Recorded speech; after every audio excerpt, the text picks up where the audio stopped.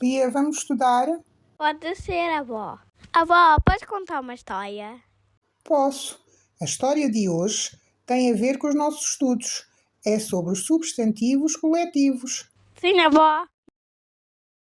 Joãozinho E Clara. e os substantivos coletivos. Era uma vez uma família. Era o pai, a mãe, a Clara e o Joãozinho. Essa família vivia num bosque que ficava perto de uma vila. Todos os sábados, a família ia fazer compras à vila. Mas ao chegar à vila, uma multidão furiosa estava reunida na praça à espera deles. A multidão estava enfurecida por causa do Joãozinho.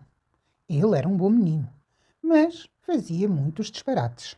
O presidente da aldeia pedia calma, mas a multidão estava muito aborrecida e queria que fosse feita uma assembleia para ouvir e resolver os problemas que o Joãozinho tinha criado na aldeia.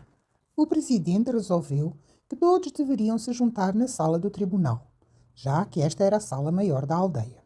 Foi decidido por todos que a professora Amélia, o padre Vasco, o doutor Ivaristo, o médico da aldeia, e o senhor José Alencar seriam os representantes da Assembleia, uma espécie de júri popular, já que eles eram os únicos moradores que não tinham nenhum problema com o Joãozinho.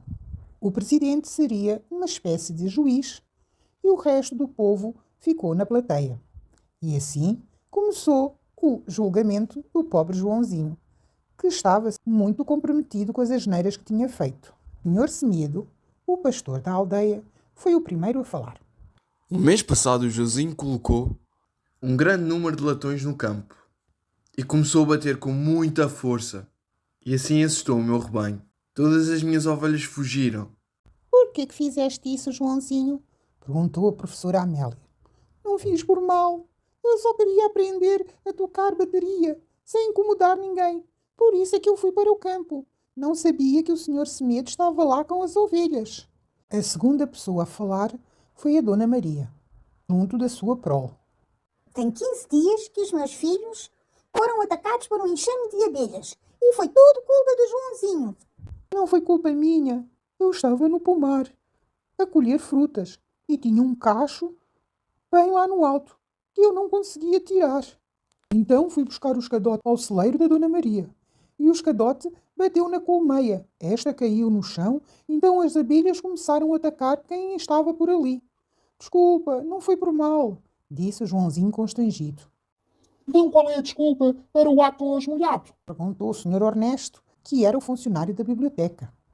Todos olharam para o Joãozinho à espera da resposta.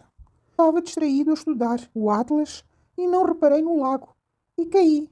O livro estava na minha mão e ficou todo molhado. E quanto à minha matilha? E o meu arsenal? Disse o caçador Alberto. Também não foi culpa tua? Agora vais dizer que a culpa foi da armada? Ou da esquadrilha? O senhor Alberto estava a ser irónico. O senhor Alberto era um ex-militar e caçador. Ele também era colecionador de miniaturas de aviões e navios de guerra. Joãozinho estava muito envergonhado para falar. Então a sua irmã respondeu por ele.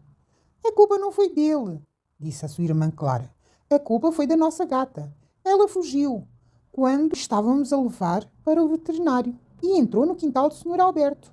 Quando os cães viram, furiosamente a perseguiram. Esta, com receio, se refugiou na sala onde o senhor Alberto tinha a sua coleção. E no meio da perseguição, tudo ficou destruído e os cães saíram feridos. Mas graças a Deus a nossa gata não se aleijou, disse ela inocentemente. A multidão ficou empolvorosa. Todos davam a sua opinião. Bum, bum, bum! Era o martelo do presidente. Calma, calma, dizia ele. Levantou-se o senhor Peixoto, que era um ancião da aldeia.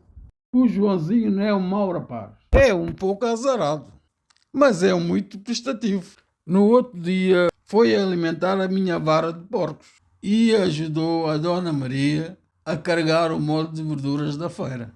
Também vi ajudar o Sr. Manuel a reunir a sua junta de bois. Sempre que pede, ele traz feixes de lenha para todos. E lembram-se quando ele correu quilómetros para alertar a aldeia da alcateia de lobos Por isso, deixem o rapaz em paz. Ou ele ainda acredita que é mau e entra em uma quadrilha de ladrões. Ou ainda se cansa de vocês e parte em uma caravana. Envergonhada, a multidão sentou-se. Era verdade, não havia ali uma única pessoa que o Joãozinho não tivesse ajudado. Então, todos, um por um, pediram desculpas ao Joãozinho por terem sido precipitados no julgamento. Então, neta, queres dar um final feliz a esta história? O Joãozinho foi para casa estudar os substantivos coletivos. Esta é engraçada, miúda. Clara, o que é substantivo coletivo? Substantivo coletivo é a palavra que nomeia uma coleção, um conjunto ou um grupo. Meninos, na história de hoje ouvimos muitos substantivos coletivos. Vocês conseguiram identificar algum? Vamos lembrar. Multidão, É um substantivo coletivo que indica um conjunto de pessoas.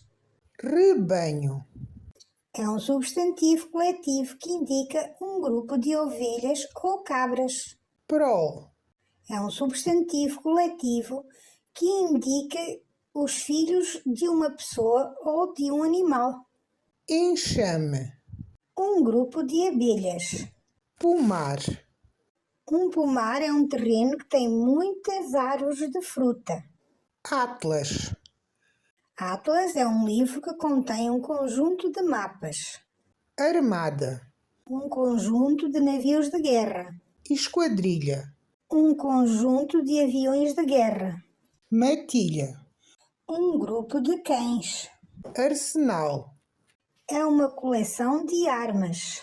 vara, Um conjunto de porcos. molho, Um conjunto de verduras. junta, Um conjunto de bois. feixe, Um conjunto de lenha. alcateia, Um conjunto de lobos. quadrilha, Um conjunto de ladrões. caravana, Um conjunto de pessoas indo para algum lugar na mesma direção.